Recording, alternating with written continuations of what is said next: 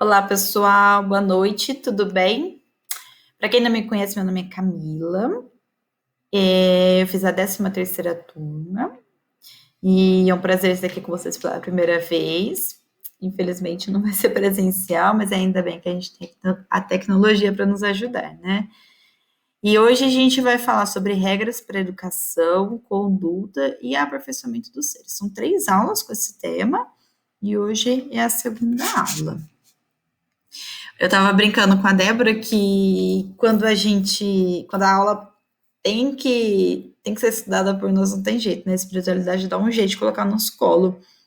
Quando eu peguei a aula para ler, eu falei, nossa, eu não lembro dessa aula, não sei se eu faltei, eu não sei se eu não prestei atenção. Aí comecei a ler e falei, nossa, realmente eu precisava ter prestado atenção nessa aula, né? E como eu não prestei atenção, como eu não fui, ela deu um jeito de chegar até a mim. Mas vamos lá. Nós vamos falar hoje sobre 9 temas, né? Vamos explanar 9 temas que foi proposto lá no livro da Iniciação Espírita, que é o livro amarelo.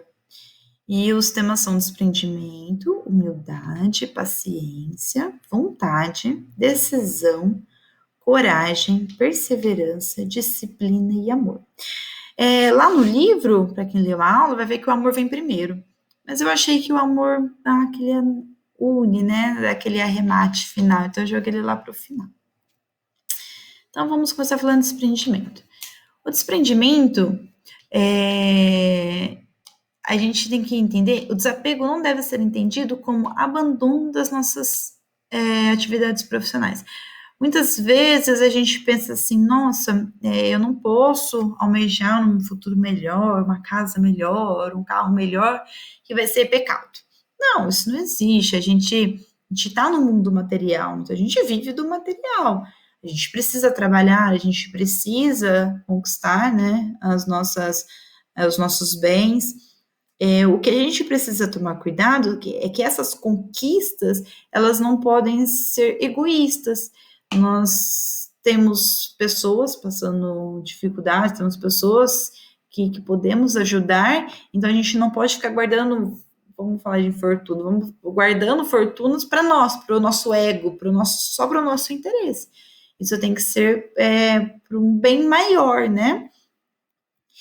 Os bens materiais que nos foram confiados devem ser administrados com justiça e amor. A gente está passando por um momento delicado no nosso planeta, né? E eu assim, particularmente, não vejo só notícia ruim. Tento ver coisas boas para a gente ter um pouco de otimismo, né? Para a gente saber lidar, para a gente até saber lidar com as pessoas que estão desesperadas. Tem muita gente que atingiu muito mais, né? Essa crise. E a gente está vendo muitas pessoas se movendo para ajudar o próximo, pessoas com grandes fortunas fazendo doações, pessoas se desprendendo de tempo, às vezes a pessoa não tem muito, mas ela ajuda. Então, esse é o ideal que Jesus nos trouxe. Lidar com o bem material com desprendimento. Sabendo que o outro precisa, se eu tenho que compartilhar, eu vou compartilhar. E ele, deixa eu diminuir um pouquinho aqui, para conseguir ver. Esses bens materiais, eles nos são confiados dentro do plano físico, não nos pertencem na extensão infinita da eternidade. Então, assim, quando a gente desencarnar, a gente não vai levar nada disso. Vai ficar carro, vai ficar casa, vai ficar dinheiro, vai ficar tudo para trás. Então, o que a gente tem que entender é que eles estão sendo emprestados para nós, eles não são nossos. Então, não tem por que eu me apegar a isto, né? Eu preciso lidar com isso de forma geral, de forma que se o meu irmão estiver precisando, eu não vou criar caso para ajudar ele, né? Esse bem material, na verdade, ele é um veículo, né, para nosso aprendizado, para nossa evolução, porque a gente se apega muito mais quando a gente tem dinheiro do que quando a gente não tem dinheiro. A gente vê muito pessoas com muito bem material, com muito dinheiro, e ela às vezes não dá nem pro luxo dela. Ela só quer guardar aquilo. Então, isso é ruim. Isso não é visto bem, né? Aos olhos de Deus. não uma pessoa que só quer ter uma vida mais tranquila. Então, desde que a gente pense no próximo, o bem material não é um mal, tá? E assim, quando a gente, eu li, né, em algumas passagens, que quando a gente pensa no próximo, quando a gente vê que esse bem material pode ajudar o próximo, às vezes muito mais do que nós, ele se torna um objetivo secundário na nossa vida. E se tornando um objetivo secundário, a paz que a gente recebe, a paz que a gente tem de poder ajudar o próximo é inexplicável, preenche mesmo os nossos corações. Então, assim, a gente tem que experimentar mais isso, experimentar mais ajudar o próximo, que a gente vai se beneficiar muito mais, não tenho dúvidas. Então, de desprendimento, a gente tem que parar de pensar erroneamente que é largar tudo e sair por aí pregando. Não é bem isso. É que, na verdade, esses bens realmente eles são um veículo para nós, né? Para o nosso aprendizado, para a nossa, né, evolução. Agora nós vamos falar de humildade. Na nossa estrada evolutiva, a cada passo somos chamados a refletir os resultados alcançados ao meio que pertencemos. Agora no terceiro ano, né, de escola, acho que vocês já estão tendo um pouco de... Já sentiram, né, as mudanças que acontecem. E, assim, muitas vezes a gente ouve das pessoas, nossa, você vai nesse centro de novo, nossa, você não sai desse centro. Ou eu costumo ouvir muito isso, nossa, você não vai sair com a gente de novo, nossa, você não faz mais nada com a gente, parece que não gosta da gente. E são ataques que a gente recebe que é para trabalhar nossa humildade. Porque muitas vezes vem de pessoas que a gente ama, vem de pessoas que a gente nem queria ouvir isso, e a gente tem que agir com tolerância, a gente tem que agir com amor, a gente tem que saber entender que aquela pessoa não entende o que você está passando, ela não entende o conhecimento que você está adquirindo, e ela não entende que essa sua mudança, ela é natural. Você não acorda e fala assim, não vou mais naquela festa, porque isso seria radical e isso seria forçado, né? O que acontece é natural, a gente simplesmente não se sente mais bem em alguns lugares, a gente não se sente mais confortável. Muitas vezes a gente vem com uma ressaca moral do lugar, e aí a gente vai se afastando disso. Não quer dizer que a gente precisa se afastar dos nossos amigos, que a gente não precisa mais ter amigos, não é nada disso. As coisas vão acontecer naturalmente. E a gente vai se adaptando a conviver em alguns lugares e não deixar que a egrégora nos atinja, nos afete, mas no começo, para mim, assim, particularmente falando, era mais difícil em alguns lugares que eu frequentava antes com amigos, sabe? A humildade entra aí em não atacar o próximo, em receber isso como com humildade, saber que isso é para nossa evolução, é saber que ele vai ver a nossa mudança, né?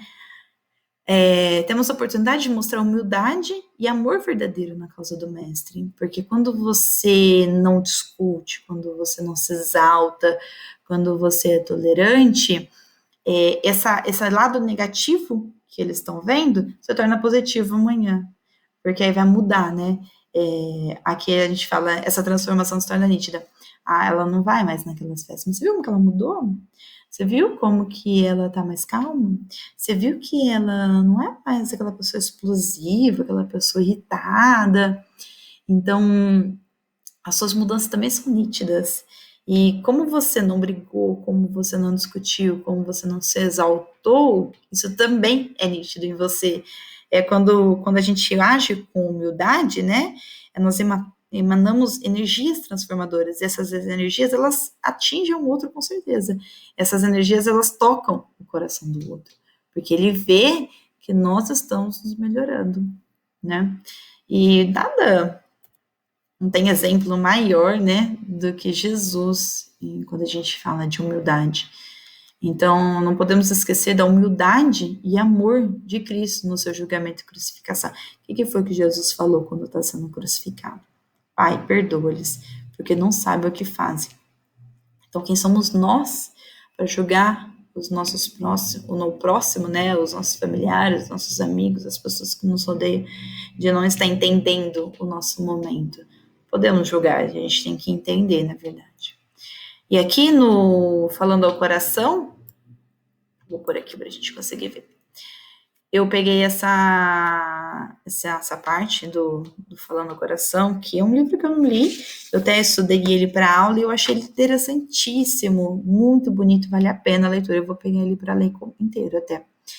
Ele fala: no trato com os nossos semelhantes, a melhor conduta, a mais sábia e mais lógica é perdoar sempre. Não ofender ninguém em coisa alguma, conscientemente, seja qual for o nosso direito.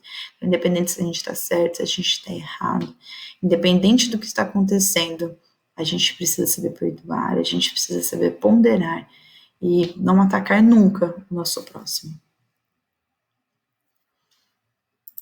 Aí nós vamos falar de paciência, né? Depois de humildade, nós temos que ser pacientes. Na eternidade do nosso espírito, a evolução não dá saltos. Isso é muito importante. Esse aqui foi o que foi a parte que eu falei assim: meu Deus, era para mim essa aula, porque eu sou uma pessoa muito ansiosa, sempre fui. Aí eu pensava assim, no segundo ano, eu faço as mesmas coisas que eu coloquei lá na caderneta, mas não é possível que eu nunca vou melhorar, eu nunca vou evoluir, gente. Essa reforma íntima eu não consigo fazer isso. E na verdade a gente tem que ser paciente, porque o que a gente espera são saltos de melhora, né? Nossa, agora eu sou um anjo. Vai ser assim. A nossa evolução é medida em milímetros, e é por isso que a gente reencarna milhões de vezes. Porque se a gente conseguisse melhorar numa vida só, uma encarnação só, imagina, a gente desencarna com 90 anos e ok, melhoramos. Viramos anjos. Não é assim, é muito lenta. E por que ela é lenta? Porque ela é dolorosa. Mexer com o nosso ego, mexer com o nosso orgulho dói muito. Então, imagina, numa vida inteira a gente tem que, ó, pum, melhorou. A gente não ia aguentar, né? A gente ia sofrer muito. E Deus é misericordioso, Ele sabe que a gente não tem capacidade alguma de fazer isso. Aí eu li o Reforma Íntima Sem Martírio. Quem não leu, é espetacular. Eu acho, na minha opinião, que é o melhor livro que eu já li. E eu li ele no segundo ano de escola, que eu tava aquela depressão, né? Eu não vou melhorar, eu não vou conseguir, vou conseguir. E foi a Malu, até a Malu me indicou esse livro, ela falou assim: Camila, lê Reforma Íntima Sem Martírio, depois a gente conversa. Aí eu li o Reforma Íntima, deixei aqui para mostrar para vocês. Opa, aqui. Reforma Íntima Sem Martírio, que é da Irmã Sudufu. E ele te explica que não é assim, que a evolução é pequenos passos mesmo. Aí eu até separei um pedacinho, um trechinho, que eu acho que é interessantíssimo para a gente falar de paciência na nossa evolução. Exigir de si mesmo mais que o possível é dar espaço para nos tornarmos ansiosos ou desanimados. Valorizemos com otimismo e aceitação o que temos condição de fazer para ser melhor. Então, assim, não adianta a gente exigir que a gente melhore muitas coisas de uma vez, que a gente vai desanimar. Vai desanimar porque a gente não vai conseguir, não tem como. Então, a gente tem que valorizar os pequenos atos, pequenos passos que a gente dá na melhora. Olha, eu sou uma pessoa explosiva, eu brigo no trânsito. Então, tá, eu vou me policiar para não brigar no trânsito. Não vou brigar mais, eu vou ficar quietinha. Ok, vamos trabalhar isso? Trabalha. Conseguiu, olha, um belo de um passo. O que eu vou fazer agora?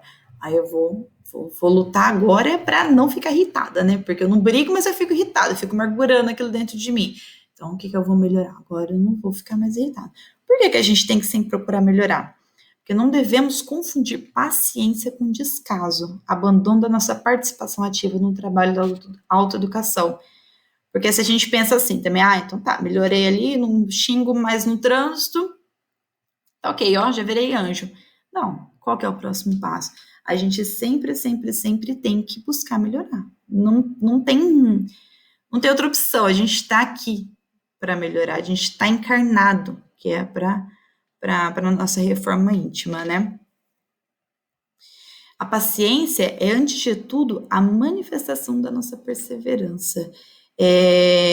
A gente tem que continuar essa jornada, a gente tem que continuar lutando, a gente tem conhecimento demais. Eu acho que eu me sinto privilegiada, sim, por conhecer a doutrina espírita. Não vim de doutrina espírita de berço. Então, assim, para mim foi revelador, sabe?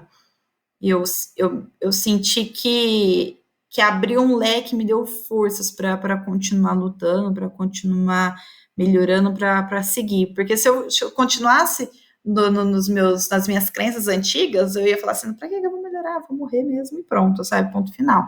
Então, assim, a reencarnação, a vida eterna nos dá, sim, uma vontade, né? Como que eu vou falar? Uma luz para continuar seguindo.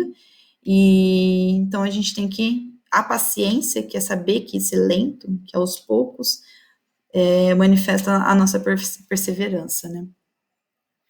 E a gente vai falar de vontade, né? Vontade de realmente seguir na esfera do Cristo. A grande força impulsionadora das nossas ações é a vontade. Por definição, vontade significa impulsionar o indivíduo a realizar algo, atingir seus fins e desejos, ter ânimo, determinação e firmeza. Então, o que eu entendo? Que vontade, não adianta nada a gente conhecer, a gente estudar, a gente ter 3 anos de escola, mas a gente não ter vontade de levar isso adiante, de continuar caminhando, de continuar trabalhando, de continuar lutando pela causa. Então, assim, a vontade que te motiva a fazer as coisas, senão é simplesmente conhecimento. Você não vai tirar isso do papel. A vontade, no constante trabalho da autoeducação, é ferramenta indispensável ao servidor. Se você não tem vontade de fazer, vontade eu entendo como paixão. Se você não tem aquela paixão de trabalhar para Cristo, não adianta. Você tem um conhecimento gigante que só vai te afligir. Por quê? Porque você tem um conhecimento que você não leva para ninguém. Então você precisa dessa paixão, né? De passar essa mensagem. Quanto mais intensa for nossa vontade, maior será o impulso que imprimiremos à nossa caminhada edificante. Então, assim, trabalhar pro mestre, trabalhar para Jesus é muito gratificante. A gente encontra aquela paz que a gente vive buscando, né? E a gente não encontra em lugar nenhum, que muitas pessoas tentam descontar no material, mas a gente só encontra, na verdade, com Jesus essa paz. E se a gente não só levar isso, a gente detém de um conhecimento muito grande para a gente deixar isso guardado entre nós, conosco. Então, eu acho que a gente precisa aflorar mesmo a paixão de levar isso para adiante. Quando eu não ingressei, não mandei minha caderneta para a FDJ, não sei se vocês já chegaram até nesse tema, mas eu vejo as pessoas que hoje estão da fraternidade, que são a FDJ, elas têm paixão, sabe? Paixão pela pregação, pelo evangelho mesmo. Eu coloquei essa frase que eu achei muito interessante. Há uma força motriz mais poderosa que o vapor, a eletricidade e a energia atômica, que é a vontade. Quando a gente tem vontade de fazer alguma coisa, nada nos para, não é verdade?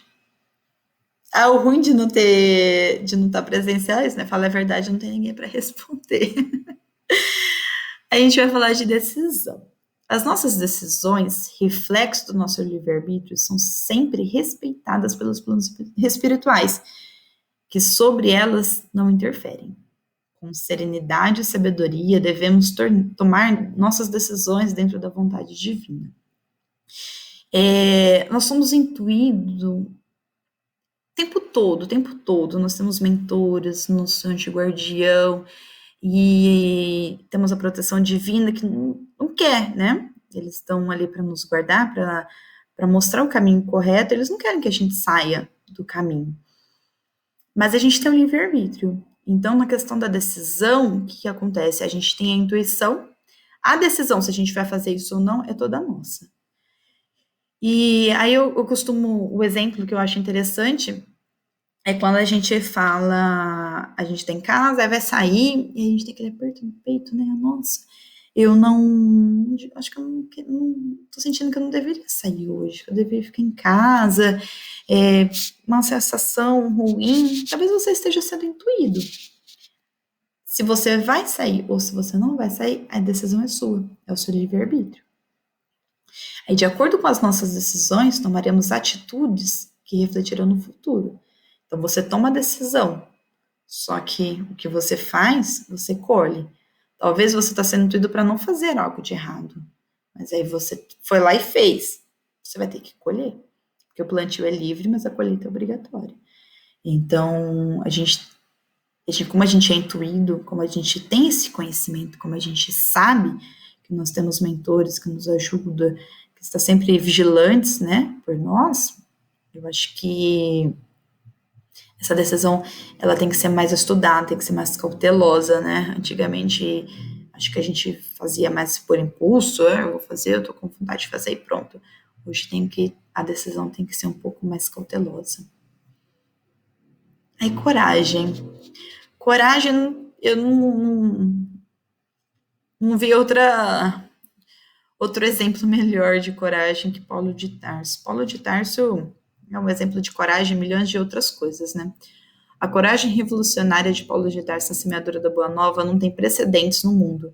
É um monumento gigantesco construído pela sua fé destemida.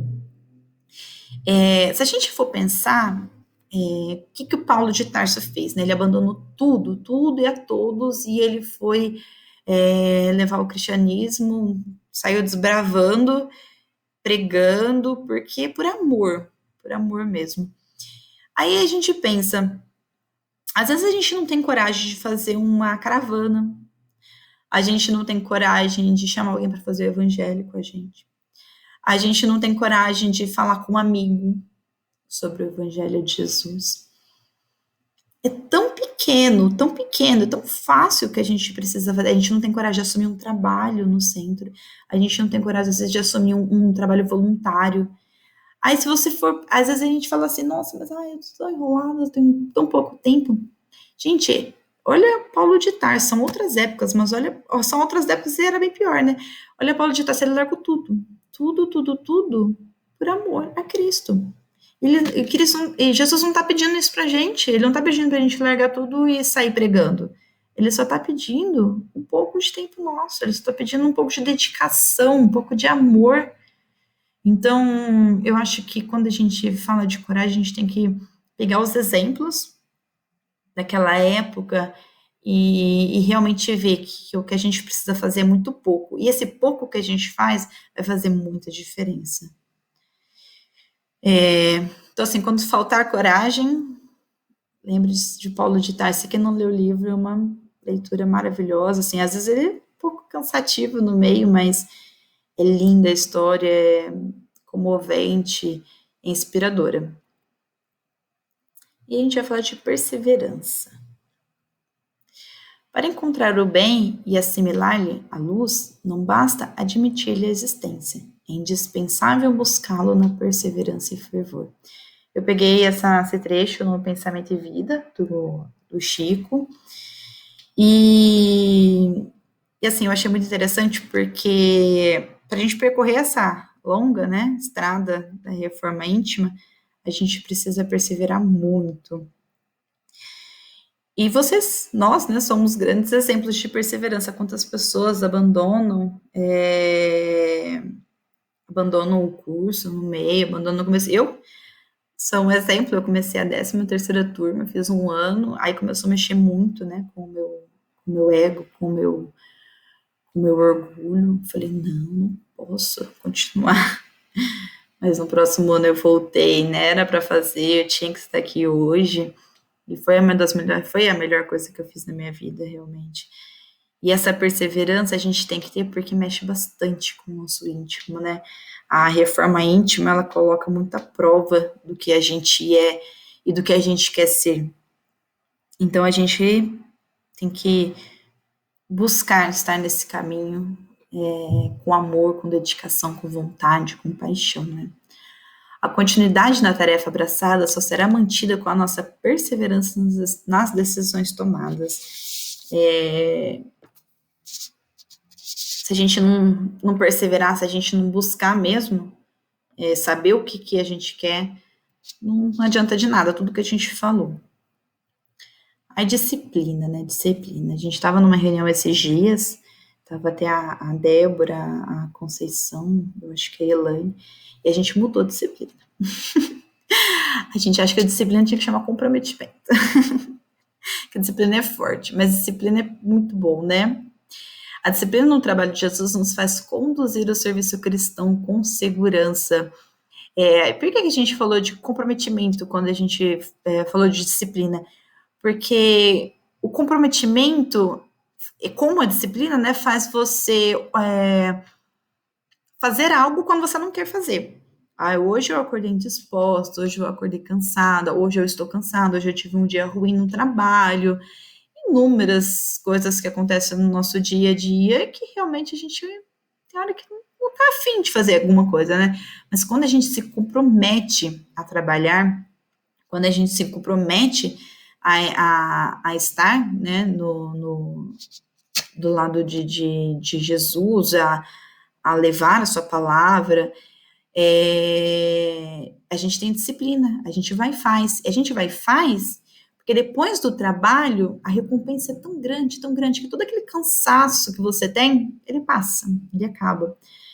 Várias vezes eu, estressadíssimo no trabalho, correndo, eu chego no CETER, correndo assim, né, de quinta-feira, mas você saiu, até uma coisa engraçada, eu chego e falo assim pro Térica, amor, hoje eu não vou ficar pro encerramento, porque eu tô muito cansada, então eu vou trabalhar e já vou embora, né? Isso nunca aconteceu. Todas as vezes eu fico pro encerramento, porque na hora que eu começo a trabalhar, passa todo o estresse, passa toda a angústia, passa toda a dor, passa tudo. Tudo fica mais fácil, tudo fica mais leve. E essa disciplina, esse comprometimento, porque você tem que ir, né? Você se comprometeu a estar lá, você se comprometeu a trabalhar, você se comprometeu a fazer algo, você tem que fazer. E Jesus, né? Deus te ajuda nisso, porque você se compromete a fazer, você vai cansado e você sai de lá muito melhor do que qualquer outro dia da sua semana, né? Cabe a cada um de nós fazer sempre o melhor dentro dessa seara, exemplificar e transmitir a disciplina, sem, no entanto, transgredir na intolerância. Então, assim, a gente fazer o nosso melhor, e quando a gente faz o nosso melhor, a gente vira exemplo, só que sem forçar o outro, né? Cada um tem o seu momento e cada um faz aquilo que pode, não aquilo. Não adianta a gente achar que o outro tem que fazer o que a gente faz, porque talvez a gente também tem o outro ali atrás que acha que a gente também faz pouco. Então, assim, a gente tem que olhar para dentro, ver o que a gente pode fazer de melhor e seguir, né? Procurar disciplinar tudo que realizado é discernir o caminho certo e objetivo que queremos seguir. Então, compreender o caminho certo, o objetivo que queremos seguir, é saber, ter um foco, né, ter uma meta do que a gente quer fazer. E, finalmente, o amor, né? O amor é de essência divina e todos vós, do primeiro ao último, tendes no fundo do coração a centelha desse fogo sagrado. Peguei isso no Evangelho segundo o Espiritismo. E eu achei muito lindo, porque a gente tem esse amor dentro de nós, né? Ele tá lá, plantadinho, mas é que a gente tem vários e vários e vários defeitos também plantadinho lá, que não deixa, às vezes, esse amor se expandir, né?